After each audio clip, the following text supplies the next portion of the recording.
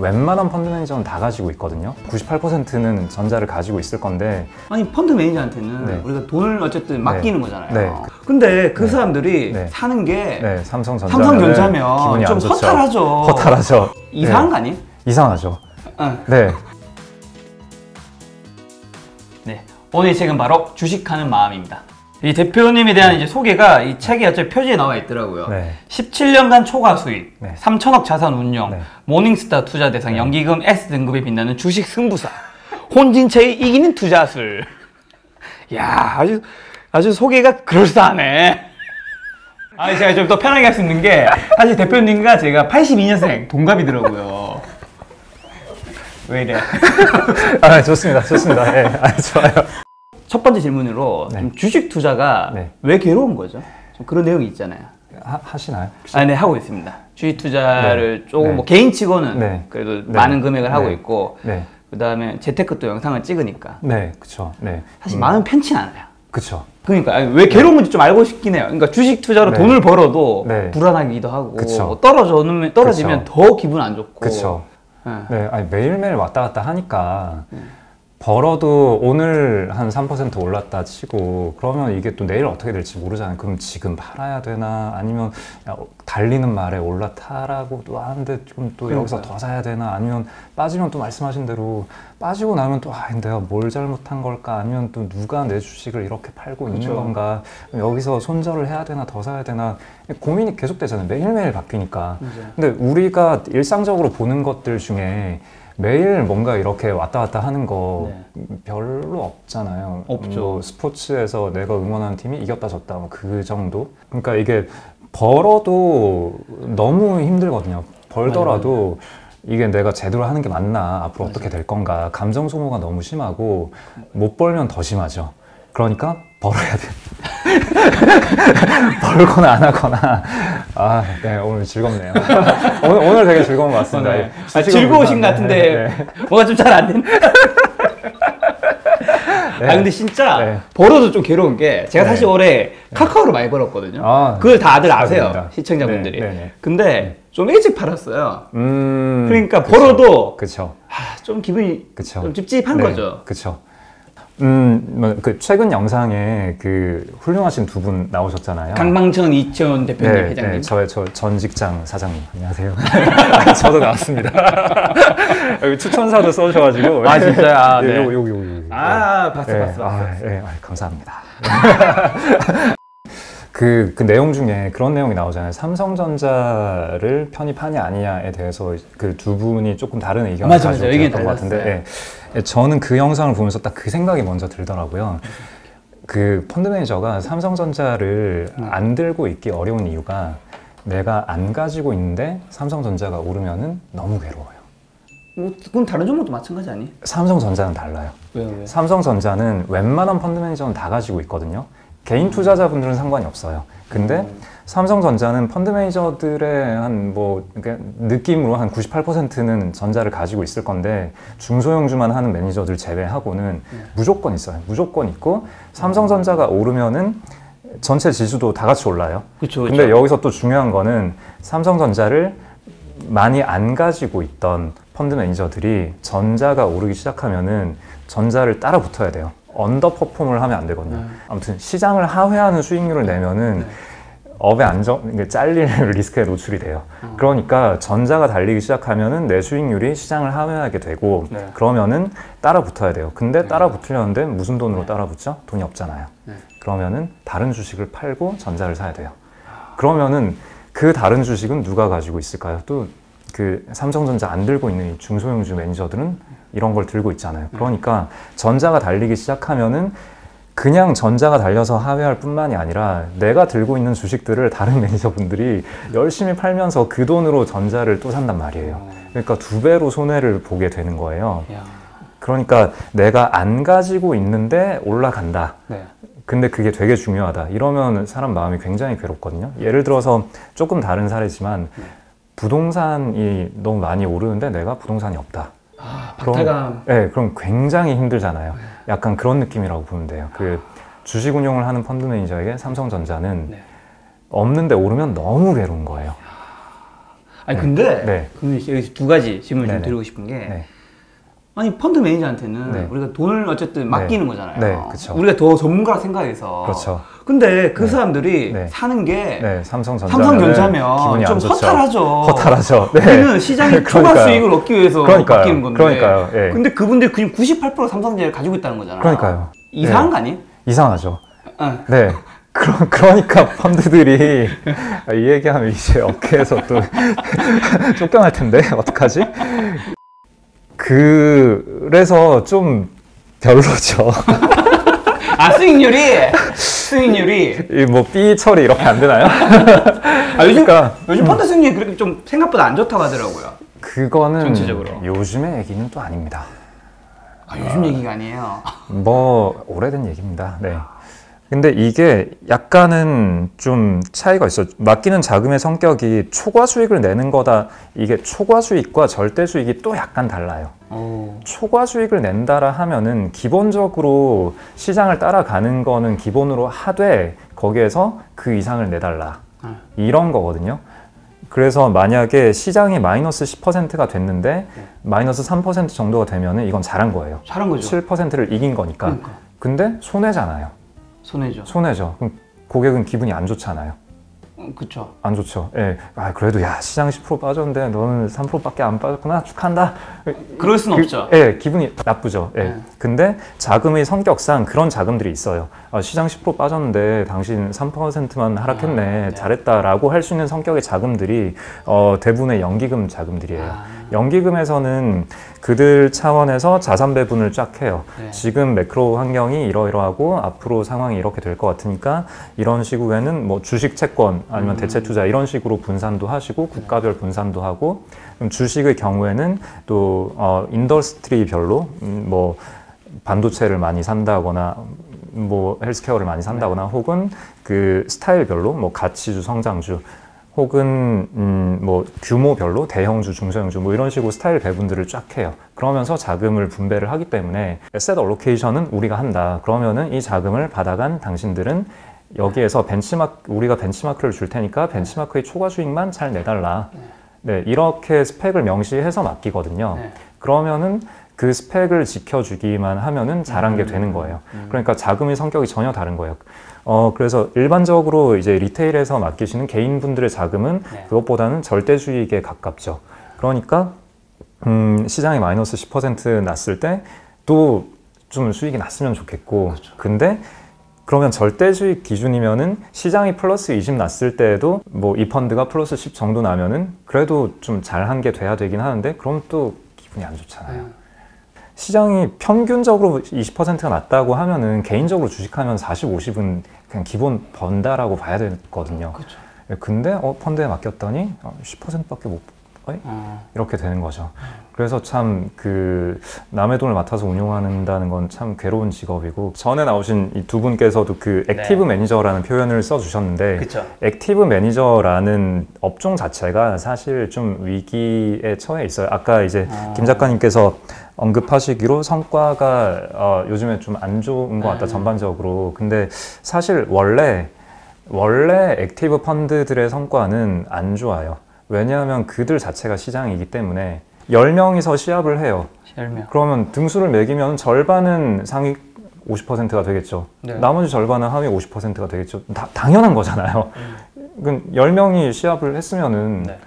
1, 2, 3, 4, 5, 6, 7, 8, 9, 10 예, 5명은 상위권, 5명은 하위권 이렇게 될 거잖아요. 네. 근데 문제는 여기에서 수수료가 나오죠. 네. 그리고 슬리피지라는 비용이 있어요. 이게 약간 납득이 안 되는 비용일 수는 있어요. 근데 확실히 존재하는 어마어마하게 큰 비용이에요. 일단 슬리핏이 뭔지 얘기해 줘야 될 것 같아요. 슬리피지, 네. 그러니까 슬리피지라는 게 매매를 할 때 보면은, 매매를 한 번이라도 해보신 분은 호가창이라는 걸 아실 거예요. 네. 책에 페이지를 펴서 보는 게 호가창을 보면은 네. 예를 들어서 어떤 주식의 현재 가격이 14,450원이다. 그렇죠. 요걸 보고 제가 이제 이 주식을 사야겠다라고 HTS건 MTS건 켰어요. 그럼 제가 주문을 내야 되잖아요. 주문 넣죠. 주문을 낼 때 두 가지 중에 하나의 선택을 할 수가 있어요. 뭐 좀 더 디테일하게 더 많긴 하지만, 일단 14,450원에 내 매수 호가에 내 매수 주문을 내놓고 기다리는 거예요. 기다리면은 누군가가 요 가격에 팔아주면은 체결이 되는 거겠죠. 되죠. 아니면은 14,500원 요 한 호가 위에 매도 수량이 걸려 있어요. 그러면은 요 가격 매도 호가에 있는 거에 내가 그냥 주문을 내버려요. 매수 주문을 내면은 바로 체결이 되죠. 그렇죠. 팔고 있으니까. 네. 예, 팔고 있으니까 팔겠다라고 누가 이제 내놓은 거니까. 그러면은 나는 14,450원을 보고 들어왔는데 14,500원에 체결이 됐으니까 그러면은 몇 퍼센트 차이가 나는 거죠? 그럼 50원 더 비싸게 산 거잖아요. 내가 처음에 봤던 가격보다. 요게 0.35%, 14,450원 대비 50원이 0.35%. 수수료 세금 다 합해도 0.3%가 안 되잖아요. 네, 0.35%를 낸 거예요. 근데 이거 내기 싫으면은 14,450원에 걸어놓고 기다리면 되는데 이때는 어떤 리스크가 있을까요? 안 사질. 안 사지고 14,500원, 600원, 700원 가버리면은 그때서야 후회하겠죠. 나 고작 그걸 사야 되나 이러면서 그냥 따라붙어서 그 호가에라도 주문을 내면은 한 2%, 3% 손해보고 살 수가 있잖아요. 그렇죠. 그러니까 뭐 이런 리스크 테이킹을 하냐 마냐는 뭐 개인의 선택인데 어쨌거나 그럼 그 리스크를 짊어지지 않겠다라고 하면은 요만큼의 비용을 지불을 해야 되는 거죠. 이게 슬리피지인데 네, 그러면 이거를 0.3% 그러면은 살 때 이렇게 내는데 팔 때도 이렇게 내죠. 0.35% 두 번 하면 0.7%죠. 근데 그렇죠. 수수료 세금 합하면은 또 한 0.28%뭐 이렇게 거의 되니까 1%. 거의 1%. 그럼 만약에 회전율은 사람마다 너무 천차만별일 텐데 만약에 한 일주일에 한 번씩 그냥 샀다 팔았다를 한다라고 하면은 1년은 52주잖아요. 그렇죠. 그때마다 1%를 낸다고 하면은 1년 52%를 그냥 내는 날리는 거죠. 거예요? 날리는 거죠. 야. 그러면 처음에 내가 생각했던 딱 봤던 어떤 매수를 원했던 가격, 매도를 원했던 가격이 그대로 체결이 된다라고 했을 때 내가 1년에 한 50%를 벌 수 있는 사람이라 하더라도 실제 매매를 하고 나면은 빵 퍼센트가 남는 거죠. 야. 지금 이 이야기 교훈은 네. 주식 투자 매매는 많이 하는 거는 좀 굉장히 위험할 수 있다. 위험하다. 네, 많이 하지 말라라는 얘기는 아니에요. 아니에요? 네. 어쨌거나 매매를 하긴 해야 되잖아요. 네. 하기는 하는데 생각보다 많이 하지 마라. 그 생각보다라는 말이 좀 애매한데, 그러니까 딱 처음에 살 때 어떤 아이디어가 있을 거잖아요. 그렇죠. 그러니까 예를 들어서 이 주식이 앞으로 한 6개월 정도 잘 될 것 같아. 혹은 앞으로 3년 정도 잘 될 것 같아. 뭐건 간에 어떤 타임라인이 있을 거잖아요. 그러니까 어떤 뭐 좋은 호재가 뜰 것 같아 라는 생각을 했더라도 그 호재가 어떤 시점에 뜰 거냐 이런 생각들을 좀 해야 되고, 시점에 대한 아이디어가 없었을 때 그럼 영원히 그 아이디어, 그 이벤트가 안 나오면 어쩔 거예요? 그러면은 아무것도 저는 못 하잖아요. 아이디어에는 시점을 반드시 고려를 해야 되고, 근데 문제는 6개월 혹은 3년 정도 보고 사도 아까 저희 맨 처음에 이야기한 거 있잖아요. 주식을 시작하면 일단 괴롭다. 올라도 괴롭고 떨어져도 맞아요. 괴로우니까, 그러니까 일단은 이 괴로움에서 벗어나고 싶잖아요. 그러니까 오늘 내가 3년 보고 주식을 샀어요. 근데 내일 주가가 5% 올랐어요.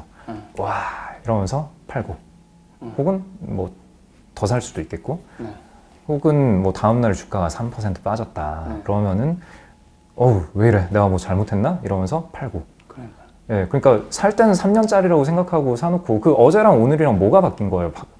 물론 아주 중대한 어떤 이벤트가 일어나서 처음에 어제 내가 샀던 그 아이디어를 바꿀 만한 이슈가 발생했을 수도 있어요. 근데 그게 아닌 상태에서도 우리는 되게 많은 매매를 하곤 하는데, 그게 이런 식으로 이 슬리피지 등등의 그 매매 비용 때문에 확실하게 손해를 준다라는 거죠. 확실하게 손해를. 예, 그러니까 아이디어대로만 움직여야 된다라는 게 왜 중요하냐면은 이렇게 되게 쇠사슬에 묶이는 거라고 생각하면 돼요. 뭐 어떤 뭐 무협지나 뭐 이런 거 보면 그런 묘사가 나오잖아요. 뭐 내가 움직일 때마다 막 나를 더 죄어드는 막 이런 사슬 예, 그런 거. 예, 막 몸부림을 칠 때마다 더 괴로워지고. 그 딱 잘 생각해서 어떻게 이걸 풀어야 될까, 이 고민을 딱 해서 그만큼만 움직여야 되는데 그런 느낌이라고 보시면 돼요. 지나친 매매는 좀 자제하면 좋다. 네. 근데 방금 전에 시점 얘기하셨는데 시점 네. 좀 얘기해 주시면 좋을 것 같은데. 네. 투자 아이디어라는 걸 먼저 생각을 해봅시다. 네. 투자 아이디어 뭐 많잖아요. 카카오뱅크가 상장하려고 한다. 네. 그러면 카카오뱅크 상장 때문에 나는 카카오 주식을 사겠다. 네. 뭐 널리 알려진 얘기니까 뭐 이 정도 얘기는 해도 되겠죠. 컴플라이언스 노티스. 카카오 주식에 대한 매수매도 의견이 절대 아닙니다. 네. 네. 투자에 대한 판단은 본인이 책임하에 하셔야 됩니다. 네. 그냥 참고용 예시입니다, 여러분. 네네. 참고용 예시. 네, 네. 그런 아이디어를 쓸 수는 있잖아요. 네. 그 카카오뱅크를 비롯하여 카카오의 많은 자회사들이 상장을 할 거기 때문에 네. 나는 카카오 주식을 사야겠다. 이렇게 생각할 수 있죠. 네. 그러면 근데 단순히 이렇게 생각하고 그냥 주식을 샀어요. 그리고 뭐 한 6개월, 1년이 지났다고 합시다. 네. 그러면 어떤 일이 일어나죠? 자회사들 그 처음에 생각했던 뭐 카카오페이나 뭐 네. 네, 카카오뱅크 그리고 웹툰 만드는 그 회사 카카오 페이지? 네, 페이지 등등등이 있을 건데 그 회사들이 상장을 했거나 안 했거나 네. 겠죠. 그러면 자, 그 이벤트가 뭐 안 일어났다. 혹은 일어났다. 근데 주가가 안 올랐다. 그럼 그때 어떻게 해야 되죠? 주가가 안 오르면 네. 매도해야 되는 거 아닌가요? 내가 지금 네. 그게 상장해서 네. 주가 오를 거라 생각하고 샀는데 네, 주가 안 그러니까 올랐다는 그게 그러니까 그러면은 여기서 이렇게 질문을 던져봐야 될 거잖아요.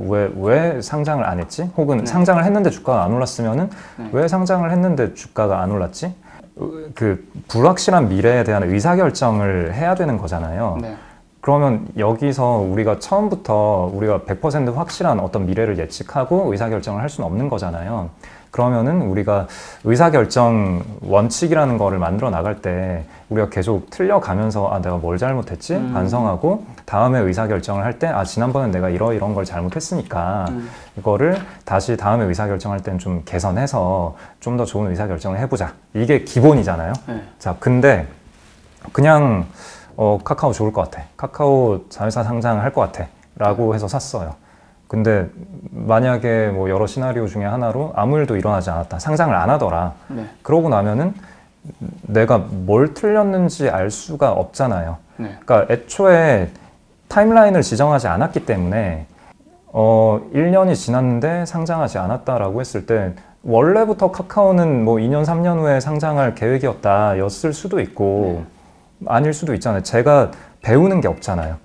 한 명의 투자자로서 1년 전에 내가 어떤 아이디어를 썼는데 1년이 지났을 때 네. 내가 맞았는지 틀렸는지 맞았는지는 사실 중요하지 않아요. 틀렸을 때 사람이 머리가 빠릿빠릿하게 돌아가면서 막 뭘 잘못했지 반성을 하게 되는데 1년이 지났다. 근데 상장을 안 했다. 그러면 할 거야. 괜찮아. 할 거야. 여전히 저평가야. 라고 하고 가만히 버티면은 근데 1년이 또 지났는데 또 아무것도 일어나지 않았다. 그래도 나는 안 틀렸잖아요. 안 틀렸으니까 또 할 거야. 네, 또 1년이 지났어요. 또 안 했다. 안 틀렸잖아요. 할 거야. 괜찮아. 이렇게만 평생 하고 나면 아무것도 배우지 못한 채로 그냥 갈 수가 있잖아요. 그러니까 내가 틀리기 위해서는 시점을 감안한 아이디어를 써야 된다라는 거죠. 1년 이내에 카카오뱅크가 얼마의 시총으로 상장을 할 것 같다. 그런데 현재 시장이 기대하는 시총이 이만큼인데 내가 보기에는 그것보다 좀 더 높은 가격에 상장을 할 것 같고 그러면은 시장에서는 이런 차이에 주목하여 카카오라는 모회사 주식에 많이 관심을 가질 것 같다. 따라서 주가가 상승할 것 같다. 이런 식으로 아이디어를 썼다면은 그러면은 1년이 지났을 때 이런 일이 일어나지 않았다면 틀렸다라고 내가 알 수 있게 되죠. 그러면은 그렇죠. 그 시점에서 나는 그럼 일단은 판단을 할 수 있잖아요. 그때 카뱅을 이제 상장을 안 하기로 한 건가? 혹은 좀 늦춰진 건가? 그럼 거기에 따라서 내가 다시 고민을 할 수 있잖아요. 늦춰진 거라면은 내가 왜 1년 전에는 1년이라는 이 짧은 시간 안에 상장을 할 거라고 내가 좀 급한 기대를 했던 걸까? 내 의사결정은, 내 기대치는 어디에서 이렇게 조금 성급했을까? 왜 미래를 이렇게 낙관적으로 봤을까? 이런 질문들을 던지면서 이제 내 자기 반성이 시작이 되는 거죠. 그러니까 타임라인을 반드시 고려해야 내가 언제 어떻게 틀렸는지를, 언제 틀리게 됐는지를 알 수가 있게 된다. 왜 틀렸는지는 이것도 사실 알기가 어려워요. 그렇지만 어느 시점인가에는 좀 깨닫고 반성을 할 수 있어야 된다. 네, 그러기 위해서는 반드시 시점을 함께 이야기해야 된다. 시점에 함께 이야기해야 네, 그 얘기입니다. 시점 함께 이야기해야 한다는 측면에서 이 책에서 나왔던 문장인데 의사결정을 반드시 기록하는 습관을 들여야 합니다. 이 한 문장을 이해했다면 이 책을 다 읽었다고 봐도 됩니다라는 이야기가 있더라고요. 네.